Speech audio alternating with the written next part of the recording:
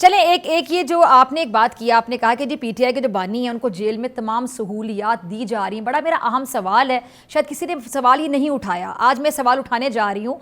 और सवाल को प्लीज़ ज़रा संजीदगी से लीजिएगा, इसकी हसासियत पर ज़रा गौर कीजिएगा कि पीटीआई के जो बानी हैं, आपने कहा कि उनको जेल में तमाम सहूलियात मुयस्सर हैं।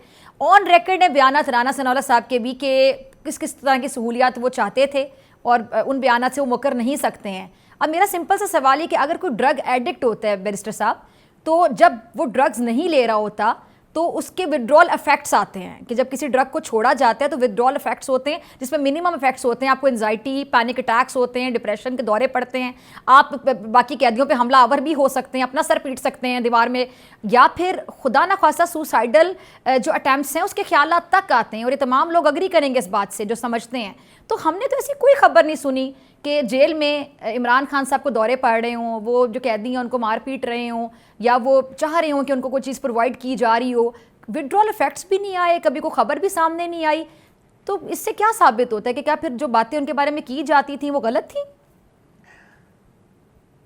देखिए, गुस्सा और ये साइकोलॉजिकल जितने भी इफ़ेक्ट्स आपने बयान किए, ये विड्रॉल सिम्टम्स जो हैं ये तो हो रहे हैं, और ये अभी से नहीं हो रहे, ये काफ़ी टाइम से हो रहे हैं। आपको याद होगा फरमाइश पे तमाम तर चीज़ें, वर्जिश की मशीनें, खाने की तमाम तर मामलात, फिर जिन जिन से वो मुलाकात करते हैं, फिर अपनी जो खाने पीने की चीज़ें, मैं देखें किसी का खाना नहीं तो क्या उनको ड्रग्स भी प्रोवाइड की जा रही है? क्योंकि आप लोगों की पार्टी अक्सर ये बात करती थी ना, मैंने राणा साहब को कोट किया। जी जी, तो फिर विड्रॉल इफेक्ट्स क्यों नहीं आ रहे? क्योंकि किसी की ड्रग्स अगर छूट जाएं तो बड़े देखिए विड्रॉल इफेक्ट्स हैं ना, विड्रॉल इफेक्ट्स हैं, विड्रॉल इफेक्ट्स हैं। आप देखें कि अभी जो फॉरेन अफेयर्स की कमेटी थी या इंटरनेशनल रिलेशंस की कमेटी थी, उसको डी नोटिफाई किया है। वो विड्रॉल इफेक्ट्स नहीं है तो और क्या है?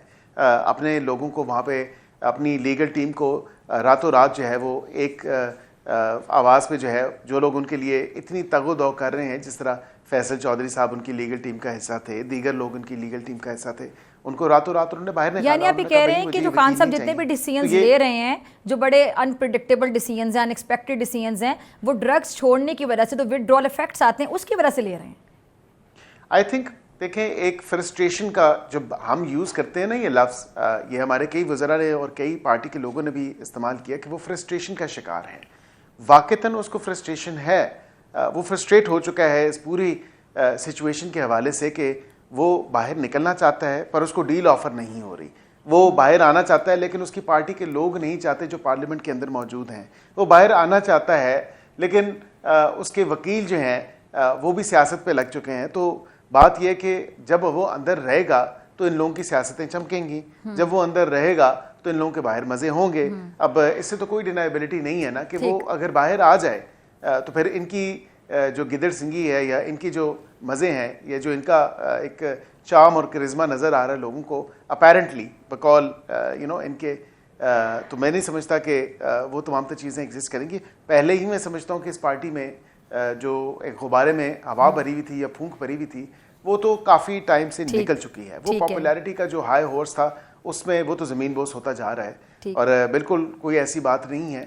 हम अपनी कारकर्दगी से पहचाने जा रहे हैं, अपने कामों से पहचाने जा रहे हैं। वो फ्रस्ट्रेशन का शिकार है, उसको विड्रॉल सिम्टम्स हैं, और ज़ाहिरी बात है कि इसी उजलत में और इसी वजह से वो ऐसे हैपहैज़र्डली डिसीजंस ले रहा है।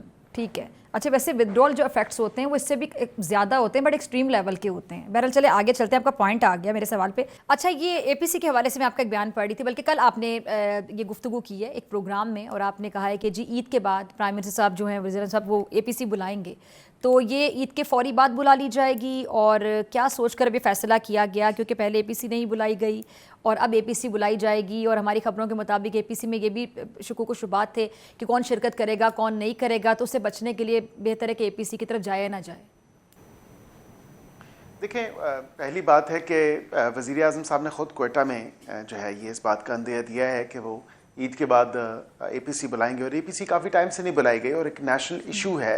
मैं समझता हूँ कि जो भी डिसीजंस लेने हैं। अच्छा, सॉरी मैं बात कर रही हूँ बैरिस्टर साहब, आपने उसी बात को कोट किया है जो वज़ीर आज़म साहब ने सबके सामने कोयटा में कहा था कि एपीसी बुलाई जाएगी। मुझे लगा कि शायद उसके बाद कोई उसमें फर्दर कोई नई चीज़ सामने आई है कि कोई तारीख या कोई। ये वज़ीर आज़म का इस्तकाक है और उन्होंने बिल्कुल अंदिया दिया था, और उसी हवाले से बिकॉज वज़ीर आज़म ने खुद ये बात की है, तो उसी हवाले से हमने आगे जो है उस पर अभी कोई मुसद्दका इत्तलात तो नहीं है क्योंकि अभी वज़ीर आज़म साहब मुल्क से बाहर हैं और वो आ जाएंगे, तो ये कमिंग वीक में अगर कोई शेप अप होती है, पहले तो हम अपने इत्तेहादियों को ऑन बोर्ड लेंगे इस हवाले से जो हमारे साथ हुकूमत में है, जिसमें MQM है, जिसमें दीगर जमातें हैं, पीपल्स पार्टी है, IPP है, दीगर देखे ना बाप पार्टी है, दीगर जो है वो पार्टी जितनी भी हमारे साथ है, काफ लीग है, नदर, तो उनको सबको जो हमारे इत्तेहादी हैं अक्रॉस द बोर्ड उनको ऑन बोर्ड लेंगे, उनके साथ एक मीटिंग करेंगे और बिल्कुल जब वो, क्योंकि बेशतर तो अब काबीना में मौजूद हैं मासिवाय पीपल्स पार्टी के, और उनके साथ तो डिस्कशन होनी चाहिए।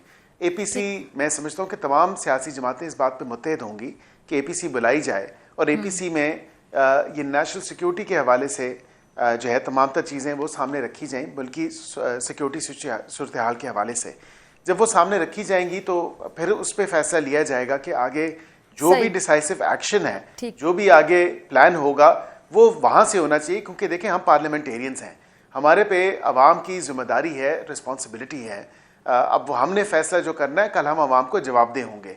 तो जो भी हम फैसला करेंगे, जिस तरह 2014 में APS का वाक़या हुआ और फिर APC बुलाई गई और एक यूनानिमसली जो डिसीजंस लिए गए और अक्रॉस द बोर्ड, और उसका देखें फ़ायदा भी हुआ कि ऑपरेशन सक्सेसफुल हुए, कामयाब हुए और इस नासूर से हमने जान भी छुड़ाई।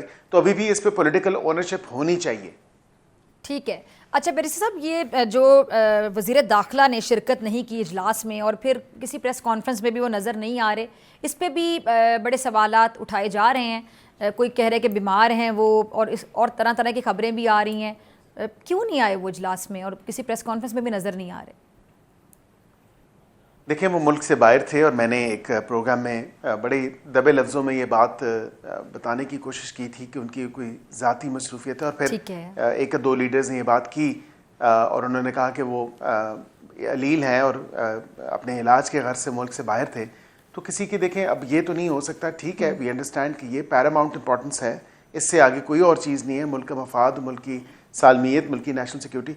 जब वो इलाज के घर से बाहर है, अगर मुल्क से वो नहीं मौजूद हैं, तो मैं समझता हूँ कि minister of state for interior affairs वो तो मौजूद थे उस इजलास में और उनकी मिनिस्ट्री की नुमाइंदगी हो रही थी, और जो भी डिसीजंस लेने हैं वो दोनों उन्होंने मिल के ही लेने हैं। तो ऐसी बात नहीं है। अगर वो कोई शख्स अपनी ज़ाती इलाज की वजह से या बीमारी के बायस अगर उस मीटिंग में नहीं हो सका या पहुंचने से कासिर था, तो उसको ठीक है चलें, ठीक है, इलाज की घर से वो बाहर हैं और इसलिए नहीं पहुंच सके। ठीक है, आपका पॉइंट आ गया। अच्छा, ईद के बाद जो आप कह रहे हैं कि APC के हवाले से, जो वज़ीर आज़म साहब ने खुद ये बात की कि वो APC कॉल करेंगे, ईद के बाद एहतजाज भी होने जा रहा है जिसके लिए काफ़ी ज़्यादा कॉन्फिडेंट नज़र आती है PTI। मौलाना साहब से उनकी मुलाकातों का अहवाल आप बेहतर समझते हैं। क्या वजह है कि मौलाना साहब को अभी तक आप लोग ऑन बोर्ड नहीं ले सके, मना नहीं सके? हालांकि मौलाना साहब कभी भी इतना लंबा नाराज़ नहीं हुए, नवाज शरीफ साहब, जरदारी साहब, कोई भी उनको नहीं मना पा रहा। इट मीन्स कि क्या फिर हम देखेंगे उनको एहतजाज में PTI के साथ? देखिए मैं नहीं समझता कि मौलाना साहब कोई अपनी पार्टी का कंधा देंगे PTI के लीडर्स को, तो PTI ने मुफ्त की उम्मीदें लगा रखी हैं PTI एज जमात को। मैं समझता हूँ, देखें एक तो उनके तर्ज सियासत में बड़ा जो है वो फासला है